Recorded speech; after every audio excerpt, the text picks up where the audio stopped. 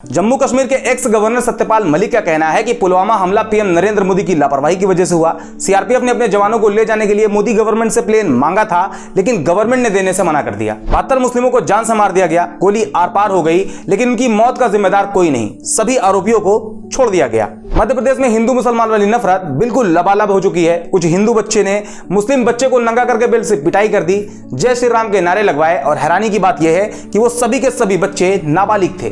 गौमूत्र सबसे शुद्ध है, उसके एक नहीं बल्कि अनेकों फायदे हैं। पाठशाला वाले भाई साहब बिल्कुल इनके मार्गदर्शन पर चलते हुए गौमूत्र के फायदे ही फायदे बता गए। आज के इस द वीकली शो में हम बात करेंगे इस हफ्ते की बड़ी अपडेट्स के बारे में जो सोशल मीडिया पर खूब चर्चा में रही। जम्मू कश्मीर के एक्स गवर्नर सत्यपाल मलिक इस वक्त विपक्ष की आंखों का तारा बने हुए हैं। हालांकि इससे पहले भी सत्यपाल मलिक फार्मर प्रोटेस्ट को सपोर्ट देने की वजह से लाइमलाइट में रह चुके हैं, लेकिन इस बार का मामला बिल्कुल अलग, बेहद गंभीर और बिल्कुल सनसनी फैला देने वाला है। सत्यपाल मलिक जो कि मोदी जी के पुराने दोस्त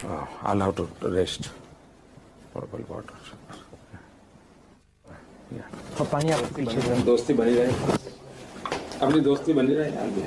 दमदार जर्नलिस्ट करण थापर को इंटरव्यू दे रहे थे, जिसमें उन्होंने पुलवामा हमले को लेकर कुछ ऐसे राज खोल दिए जो बेहद डरावने और अफसोसनाक है। लेकिन पहले ये वीडियो देखो। मेरे फर्स्ट टाइम वोटर से कहना चाहता हूं कि आपका पहला वोट पुलवामा में जो वीर शहीद हुए, उन वीर शहीदों के नाम आपका वोट समर्पित हो सकता है क्या? साल 2019 पुलवामा में सीआरपीएफ जवानों के काफिले पर एक अटैक होता है, जिसमें 40 जवान शहीद हो जाते हैं। मोदी जी शहीद जवानों के नाम पर वोट मांगते हैं और जनता शहीदों के नाम पर वोट भी करती है, और मोदी जी एक बार फिर से सत्ता में वापसी करते हैं। लेकिन अब सत्यपाल मलिक ने, जो कि उस टाइम जम्मू कश्मीर के गवर्नर थे, उन्होंने पुलवामा हमले के लिए मोदी गवर्नमेंट, खास करके सेंट्रल होम मिनिस्ट्री को जिम्मेदार बता दिया। मलिक ने कहा सीआरपीएफ ने सरकार से अपने जवानों को ले जाने के लिए एयरक्राफ्ट की मांग की थी, लेकिन होम मिनिस्ट्री ने ऐसा करने से इनकार कर दिया। इसके अलावा जब मलिक ने पुलवामा हमले की लापरवाही की बात पीएम मोदी से कही तो मोदी ने कहा तुम अभी चुप रहो, यह कोई और ही खेल है। और यही बात एनएसए अजीत डोभाल ने भी उनसे कही। मलिक ने यह भी दावा किया कि पाकिस्तान से 300 किलोग्राम आरडीएक्स लेकर जो ट्रक आया वो 10 से 15 दिनों तक जम्मू और कश्मीर में घूमता रहा, लेकिन इंटेलिजेंस को इसकी भनक तक नहीं लगी। इसके अलावा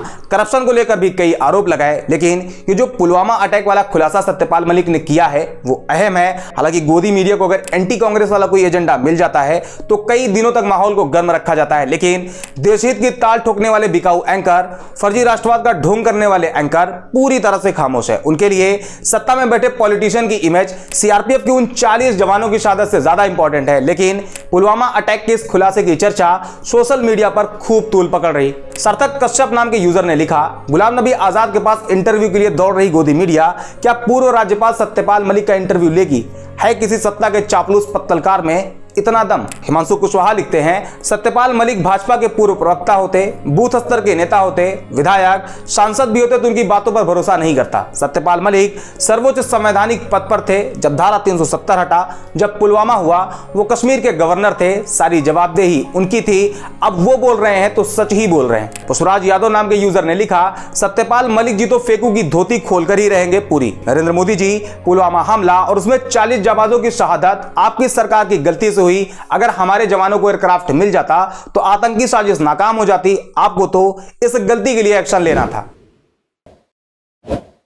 23 मई 1987 भारत का एक ऐसा दिन जो भारत के इतिहास में एक दाग की तरह है। मेरठ के मलियाना इलाके में एक जेनोसाइड को अंजाम दिया जाता है, जिसमें एक या दो नहीं बल्कि 72 मुसलमानों को जान से मार दिया गया। गोली उनके जिस्म से आर पार हो गई थी, उनके घर जला दिए गए, सामान लूट लिए गए। लेकिन अब 36 साल बाद मलियाना नरसंहार को लेकर मेरठ लोअर कोर्ट का फैसला आया, जिसमें सभी 39 आरोपियों को बरी कर दिया गया। जबकि अब भी मलियाना में कई ऐसे लोग हैं जिनकी बॉडी पर उस दिन चली गोलियों के निशान हैं। लोगों ने अपने ही बेटे, भाई, बाप को मरते देखा, और अब उन्हीं लोगों का सवाल है कि अगर सभी आरोपी बेगुनाह थे तो उस दिन 72 लोगों को किसने मारा? हमारे घर किसने जलाए थे। लेकिन बदकिस्मती से यह मामला मुस्लिम जेनोसाइड से जुड़ा हुआ है तो मीडिया भी पूरी तरह से खामोश है, क्योंकि अब मुसलमान को इंसान की तरह नहीं बल्कि मुसलमान को सिर्फ मुसलमान की तरह ट्रीट किया जा रहा। हालांकि सोशल मीडिया पर कुछ लोगों ने जरूर सवाल उठाए। अली शोराब नाम के एक यूजर ने लिखा, मरियाना 72 मुस्लिमों को नरसंहार का जिम्मेदार कोई नहीं, 36 साल बाद सभी आरोपी बरी। पीड़ित बोले गोली आर पार हो गई और क्या सबूत दे। संवैधानिक सिस्टम में मुसलमानों के नरसंहारी कोई नहीं होता, लेकिन मुस्लिम आरोपी हो तो उससे बड़ा मुजरिम कोई नहीं होता। एक यूजर गौरव ज्ञान ने बिल्कुल सटीक बात कही कि चाचा 45 से ज्यादा दंगे हुए हैं कांग्रेस राज में, फिर भी मुसलमान कांग्रेस को वोट देते रहे। गुजरात का एक दंगा क्या हुआ, बीजेपी अछूत हो गई। दोगलापन कहां से लाए। पिछले हफ्ते मध्य प्रदेश के इंदौर की एक वीडियो खूब वायरल रही, जिसमें देखा जा सकता है कि एक बच्चे को नंगा करके दूसरे कुछ बच्चे उसे बेल्ट से पीट रहे। मारने वाले हिंदू समाज के बच्चे हैं और पिटने वाला मुस्लिम समाज से। बेल्ट से पीटने वाले बच्चे मुस्लिम बच्चे से जय श्री राम के जयकारे लगवा रहे हैं, हिंदुस्तान जिंदाबाद, पाकिस्तान मुर्दाबाद के नारे लगवा रहे हैं। अमूमन वही जो अब तक सामने आता आया है। लोग मुसलमान को इसी तरह के नारे और जयकारे के साथ एक बार नहीं बल्कि अब तक कई बार पीट चुके हैं। बस हैरानी इस बात की है कि इस बार मारने वाले और मार खाने वाला दोनों नाबालिग हैं। इससे आप अंदाजा लगा सकते हो कि ये हिंदू मुसलमान वाली नफरत कहां और किस लेवल पर पहुंच चुकी है। और इसका क्रेडिट पूरी तरह मीडिया में बैठे इन खास लोगों को जाता है। यही वो लोग हैं जिन्होंने इस देश को धार्मिक दंगों में झोंक दिया है। नेताजी भी कम नहीं है, सत्ता के लिए निचले से निचले लेवल पर जा सकते हैं, लेकिन उसके लिए भी यही लोग कसूरवार हैं। इन लोगों ने अगर नफरत फैलाने वालों को सपोर्ट ना करके उनसे सवाल किए होते, जो मीडिया का काम था, तो आगे से वो नेता जबान खोलने से पहले सोचता कि बोलना क्या है। खैर, ये लोग तो खामोश रहे, लेकिन कुछ लोगों ने इस पर भी अपनी आवाज उठाई। राकेश भारद्वाज नाम के यूजर ने लिखा, इंदौर के एक स्कूल में 10 वर्षीय मुस्लिम बच्चे को उसी के क्लास के हिंदू बच्चों ने अपहरण करके नंगा करके उसे पीटा और जय श्री राम, पाकिस्तान मुर्दाबाद के नारे लगवाए।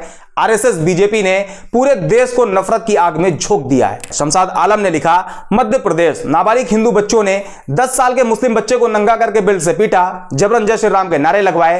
किस तरह का जहर भर दिया बच्चों में, देश किधर जा रहा है। डॉक्टर आशीष कुमार ने लिखा, एक बच्चे को नंगी करके इंदौर में शिवराज सिंह चौहान, जो राज्य के मुख्यमंत्री और अपने को मामा कहते हैं, या 8-10 साल का बच्चा क्या बिगाड़ा है, उसे नंगा करके पीटा जा रहा। जबरन जय श्री राम का नारा हिंदुस्तान और हिंदू राज बनाना चाहता है। ये तो तालिबान बना दिया, इसकी जितनी भी निंदा करें कम है।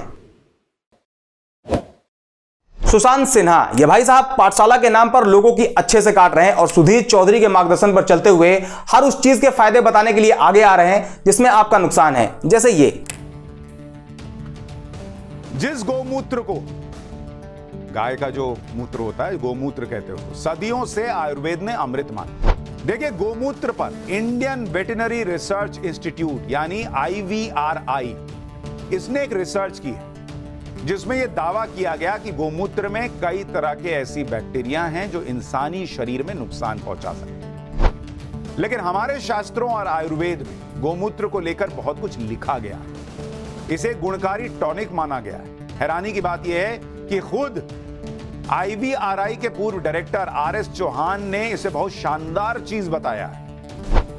गोमूत्र में इकोलाई, जो इकोलाई बिकोलाई आप सुनते हैं ना, ये इकोलाई नाम का बैक्टीरिया होता है, ये इस रिपोर्ट में कहा गया, जो पेट से जुड़ी बीमारी की वजह बन सकता है। रिसर्च में दावा किया गया कि अगर किसी इंसान की इम्यूनिटी कमजोर है और वो इंसान बीमार गाय का मूत्र पीते हैं, तो बीमार होने का खतरा और हो सकता है। इस रिसर्च में 3 प्रजाति की 41 गायों का गोमूत्र लिया गया, जिसमें 36 गायों के गोमूत्र में 13 तरह के नुकसान पहुंचाने वाले बैक्टीरिया पाए गए। हालांकि जो बात आपको नहीं बताई गई वो ये कि इसी रिपोर्ट में कहा गया कि स्वस्थ गाय के गोमूत्र में हानिकारक बैक्टीरिया नहीं होते हैं। कमाल की बात यह है कि इस रिसर्च में भैंस के इस मूत्र को गोमूत्र की तुलना में बेहतर बताया गया। दरअसल अभी हाल ही में गौमूत्र को लेकर एक रिपोर्ट आई थी जिसमें मूत्र को इंसानों के लिए खतरनाक बताया गया, क्योंकि कुछ लोग हैं जो मूत्र को बड़े चाव से पीते हैं। लेकिन सिन्हा ने अपनी पाठशाला में बताया, बिल्कुल ना, ये प्रोपेगेंडा है कि गौमूत्र इंसानों के पीने लायक नहीं। अब जाहिर सी बात है कि इस बेतुकी पाठशाला के रेगुलर छात्रों के लिए मूत्र अमृत ही साबित होगा। लेकिन कुछ लोग हैं जिन्होंने मजेदार कमेंट किए। अभिषेक आनंद ने लिखा, सुशांत भाई, आप कौन से ब्रांड का गौमूत्र सेवन करते हैं, सुबह कितने ग्लास लेते हैं और पाठशाला रिकॉर्ड करने से पहले कितने ग्लास। वीरेंद्र रॉय ने लिखा, हेलो सुशांत सिन्हा जी, जब तक आप मूत्र पिएंगे नहीं तब तक हम मन में नहीं करेंगे। नया नाम के यूजर ने लिखा, इतने बुरे दिन दुश्मन को भी ना दिखाए, गौमूत्र को भी बचाना पड़ रहा है अपनी पाठशाला में। जब तक सुशांत सिन्हा रोज गौमूत्र पीकर गौमूत्र के विटामिन D3 के फायदे नहीं बताओगे तब तक समझ में नहीं आएगा। पता नहीं कौन लोग हैं जो तेरी पाठशाला देखते और सुनते हैं। और एक पढ़े लिखे भाई साहब संतोष यादव PhD ने लिखा, किसी मूत्र के कंपोजिशन में 95% पानी, बाकी urea, salt, enzymes, hormones, uric acid, दूसरे रासायनिक पदार्थ होते हैं। डिस्टिलेशन, फ्रैक्शन डिस्टिलेशन में मूत्र का कौन सा भाग अलग करते हैं? डिस्टिलेशन तो 1200 BC में इस्तेमाल में आया। मूत्रकारिता का स्वर्णिम काल चल रहा है। अब आप ही सोचो कि आपको पत्रकारिता के नाम पर मूत्रकारिता परोसा जा रहा है, आपको मूत्र के फायदे ही फायदे बताए जा रहे हैं और कितने पॉजिटिव दिन चाहिए। बाकी रही बात ज्ञान प्राप्त करने की, तो हमें सब्सक्राइब जरूर करें, ये बिल्कुल फ्री है। उम्मीद करते हैं ये वीडियो आपको पसंद आई होगी। मिलते हैं अगले वीडियो में।